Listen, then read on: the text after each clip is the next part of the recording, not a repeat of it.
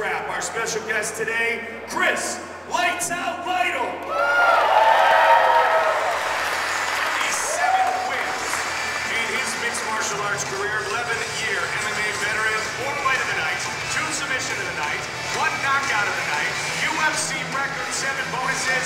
Lytle's not the bounty hunter, he's the bonus hunter. Every time you see him fight, he's just slinging leather. He throws himself in the line of fire and tries to make every single fight as exciting as possible. Lights out!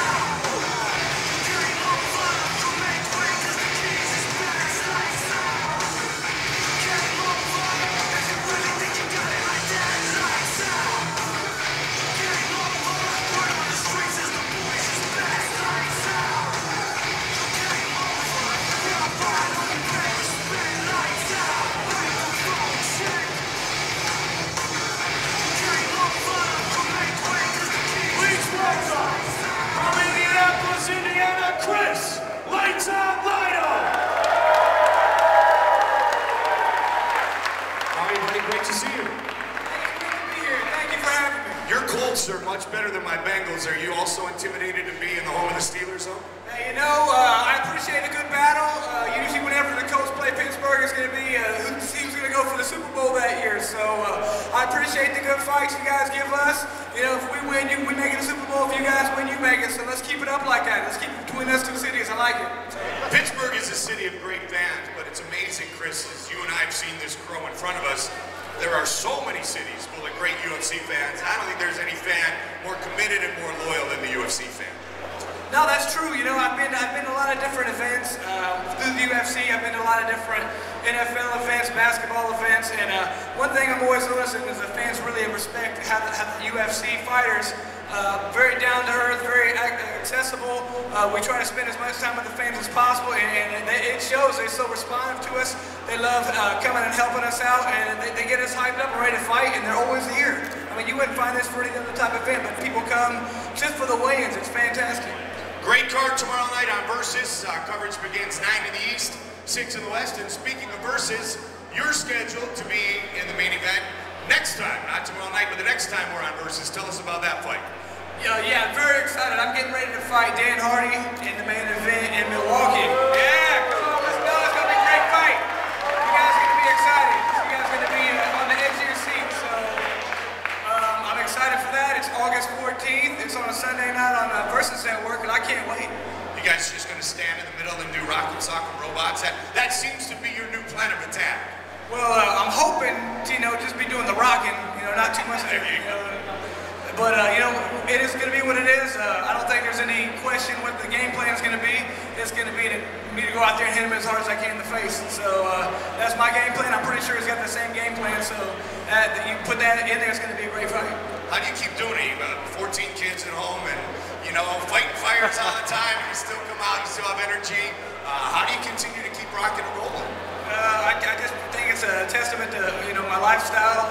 I'm committed to doing 3 things, and that's fighting fires, fighting in the UFC, and spending time with my kids. That's all I do. I don't have any hobbies. I don't play golf. I don't go hunting. I don't do anything. I'm committed to what I do, and I got the best life in the world, and I'm going to keep doing it as long as I can.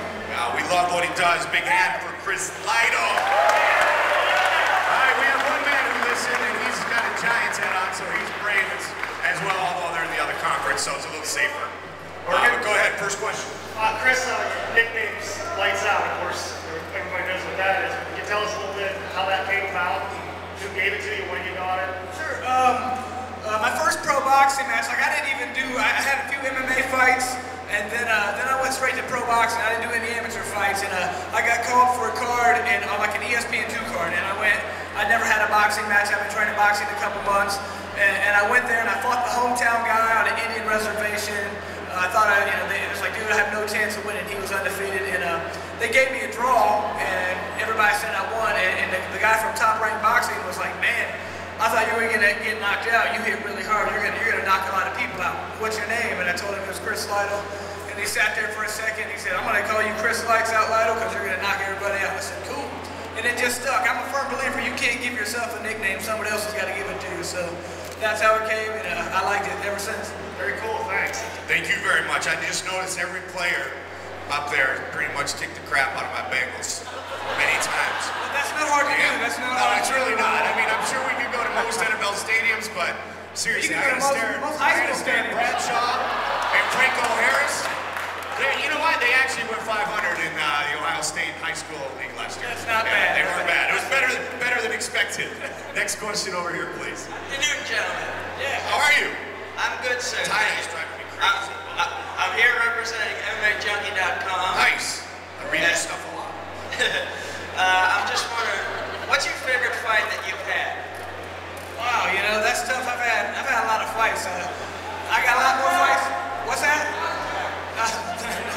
That might have been your favorite. You like to see blood. I was bleeding all over the place. Not my favorite, but I don't know. I've had a lot of good ones. One of my favorites was I liked my fight with Thiago Alves because it was just two guys who were going to stand there and bang. It ended up they stopped it because of a cut and they didn't before the third round, so I didn't like that aspect. And what else? I liked when I fought Paul Taylor when I fought him in England. That was good. We just stood there and traded punches for 3 rounds, and that's the type of fight that I get excited about now. If I have a fight where I know I feel like I'm tougher than everybody, and if I'm going to stand there in the middle and trade with you, you're not going to out-tough me. And that's what happened in that fight, and I ended up winning the decision, so I was happy. And any fight like that, that just gets me going. It gets me ready to fight. All right, awesome. Goldberg, Yes. I understand there's a drinking game